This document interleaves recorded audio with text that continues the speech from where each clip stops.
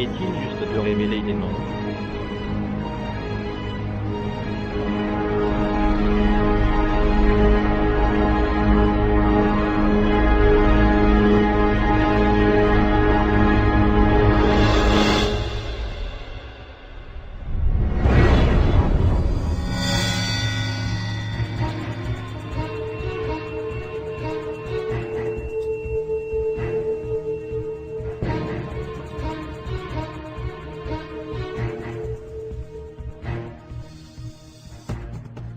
Beaucoup sont persuadés qu'il ne faut pas dénoncer les erreurs, ni nommer publiquement ceux qui les enseignent. Mais la Sainte Bible affirme le contraire. Paul a repris Pierre publiquement. Pierre s'était rendu coupable d'un mauvais comportement. Mais lorsque Céphas vint à Antioche, je lui résistai en face parce qu'il était répréhensible. En effet, avant l'arrivée de quelques personnes envoyées par Jacques, il mangeait avec les païens, et quand elles furent venues, il s'esquiva et se tint à l'écart par crainte des circoncis. Avec lui, les autres Juifs usèrent aussi de dissimulation, en sorte que Barnabas même fut entraîné par leur hypocrisie. Voyant qu'il ne marchait pas droit selon la vérité de l'Évangile, je dis à Céphas en présence de tous, « Si toi qui es juif, tu vises à la manière des païens, et non à la manière des Juifs, pourquoi forces-tu les païens à judaïser ?» Le problème était grave.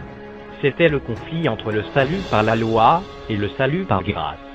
Quand l'intégrité et la pureté de l'Évangile sont en jeu, nous n'avons pas d'autre choix que de dénoncer l'erreur et de citer des noms. Paul nomma Démas, et a révélé publiquement que Démas avait préféré l'amour du monde. Démas m'a abandonné, par amour pour le siècle présent, et il est parti pour Thessalonique. 2 Timothée 4, verset 10. Nous aussi, nous devons citer les noms de ceux qui abandonnent la cause de Christ, par amour du monde et de ses plaisirs. Pensons aux vedettes du rock chrétien par exemple. Paul nomma Hyménée et Alexandre. Paul écrit à Timothée. Le commandement que je t'adresse, Timothée, mon enfant, selon les prophéties faites précédemment à ton sujet, c'est que d'après elles, tu combattes le bon combat, en gardant la foi et une bonne conscience. Cette conscience, quelques-uns l'ont perdue, et ils ont fait naufrage par rapport à la foi. De ce nombre sont Hyménée et Alexandre, que j'ai livrés à Satan, afin qu'ils n'apprennent à ne pas blasphémer. Les vrais serviteurs de Dieu doivent combattre le bon combat, et citer les noms de ceux qui ont fait naufrage par rapport à la foi, qui a été donnée aux saints une fois pour toutes. Paul parle là de la foi en tant que système de doctrine conforme à la parole de Dieu. Ces hommes avaient fait naufrage, et Paul n'a pas hésité à le dire publiquement, en citant leurs noms. Paul nomma Hyménée et Philette. Il dit à Timothée. Efforce-toi de te présenter devant Dieu comme un homme éprouvé, un ouvrier qui n'a point à rougir, qui dispense droitement la parole de la vérité. Évite les discours vains et profanes, car ceux qui les tiennent avanceront toujours plus dans l'impiété, et leur parole rongera comme la gangrène. De ce nombre sont Hyménée et Philette, qui se sont détournés de la vérité, disant que la résurrection est déjà arrivée, et qui renverse la foi de quelques-uns. Toute fausse doctrine renverse la foi de quelques-uns. Il faut donc dénoncer ceux qui enseignent ces fausses doctrines. Paul nomma Alexandre le forgeron. Alexandre, le forgeron, m'a fait beaucoup de mal. Le Seigneur lui rendra selon ses œuvres. Garde-toi aussi de lui, car il s'est fortement opposé à nos paroles. Il est clair qu'il ne s'agit pas ici d'un problème de personne, mais d'un problème de doctrine. Alexandre s'était opposé aux paroles de Paul, et aux doctrines qu'il enseignait. C'était un ennemi de la vérité. Aujourd'hui, les pasteurs fidèles sont confrontés chaque jour au même problème. Ils proclament la vérité. Mais certains membres de leur église vont ensuite écouter d'autres prédicateurs, à la radio ou à la télévision, dont les paroles s'opposent à la vérité. Faut-il que les hommes de Dieu gardent la bouche fermée, comme beaucoup le prétendent? Seul un lâche acceptera de se taire quand la vérité de la Sainte Bible est attaquée. J'en ai ma Diotrephe. J'ai écrit quelques mots à l'Église, mais Diotrephe, qui aime à être le premier parmi eux, ne nous reçoit point. C'est pourquoi, si j'y vais, je rappellerai les actes qu'il commet, en tenant contre nous des méchants propos. Non content de cela, il ne reçoit pas les frères, et ceux qui voudraient le faire, il les empêche, et il les chasse de l'Église. Il est donc juste de citer les noms de ceux dont les doctrines et les pratiques sont contraires à la parole de Dieu. En fait, toute la Sainte Bible abonde en exemples de faux prophètes qui ont été nommés et dénoncés. Tout ce discours moderne sur l'amour n'est qu'une excuse pour ne pas dénoncer l'erreur et le mensonge. Il s'agit d'un amour à l'eau de rose, et qui n'a rien à voir avec l'amour biblique. Moïse dénonce Balaam, voir Nombre 22 à 25. Pierre aussi a dénoncé la voie de Balaam, qui a aimé le salaire de l'iniquité. 2 Pierre 2, verset 15.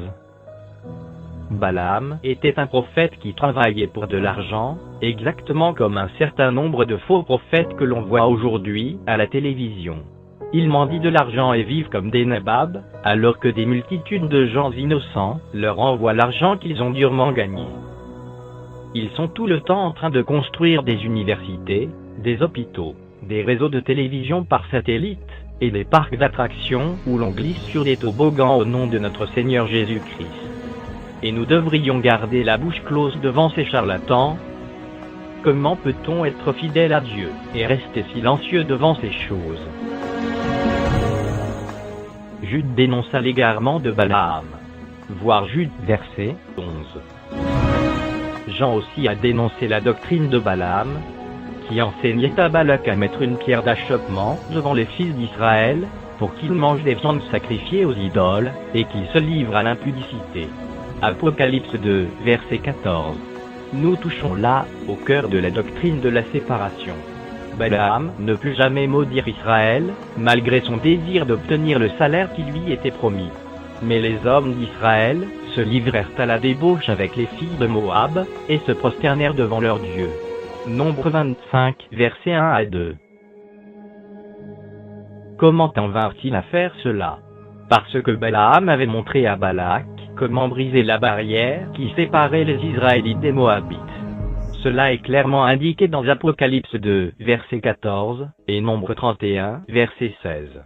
À cause de ce péché, 24 000 hommes d'Israël furent jugés par Dieu et périrent. Je voudrais à nouveau citer le roc chrétien comme un bon exemple de sacrifice offert aux idoles. Les faux docteurs brisent la barrière de séparation entre le peuple de Dieu et les fausses religions. On prêche trop peu sur les doctrines de la séparation. Le peuple de Dieu est un peuple séparé et mis à part pour Dieu. Balaam brisa cette barrière de séparation en poussant les hommes d'Israël à commettre la fornication avec les filles de Moab. Il les poussa aussi à se prosterner devant Baal. Cela attira la malédiction sur tout le peuple d'Israël. Tant que nous ne remettrons pas à l'honneur l'enseignement de la nécessaire séparation entre l'Église et le monde, les ravages spirituels que nous constatons aujourd'hui ne pourront que s'étendre. Beaucoup de chrétiens semblent croire que certains ministères sont trop importants et trop puissants pour être dénoncés publiquement. Les pasteurs des très grandes églises, les ministères internationaux et ceux qui drainent un immense auditoire à la radio ou à la télévision seraient considérés comme au-dessus de toute critique. Quoi qu'ils disent, quoi qu'ils fassent, même s'ils sont complètement en opposition avec la Sainte Bible, ils sont considérés comme ayant raison. Rien ne saurait être plus éloigné de la vérité. Le prophète Nathan nomma le coupable. Il y avait un homme qui occupait une position très élevée, mais qui avait commis l'adultère et le meurtre en secret. Cet homme pouvait-il être repris par un simple prophète impopulaire? Pourtant, Nathan se rendit directement en présence de David. Il lui révéla son péché en utilisant une parabole, puis dit clairement à un David très en colère: « Tu es cet homme-là. 2 Samuel 12, verset 7. Jéhu dénonça Josaphat. Dans l'ensemble, Josaphat fut un bon roi, mais il commit des erreurs. Il accepta que son fils épouse la fille de l'impie roi Akab.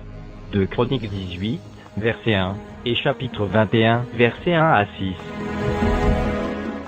Il fit une alliance avec Akab, et alla combattre avec lui à Ramoth en Galade. 2 Chroniques 18. Le prophète Jéhu, fils de Hanani, dit au roi Josaphat: Doit-on secourir le méchant, et aimes-tu ceux qui haïssent l'Éternel? À cause de cela, l'Éternel est irrité contre toi. Nous posons la même question à certains. Doit-on secourir le méchant, et aimes-tu ceux qui haïssent l'Éternel?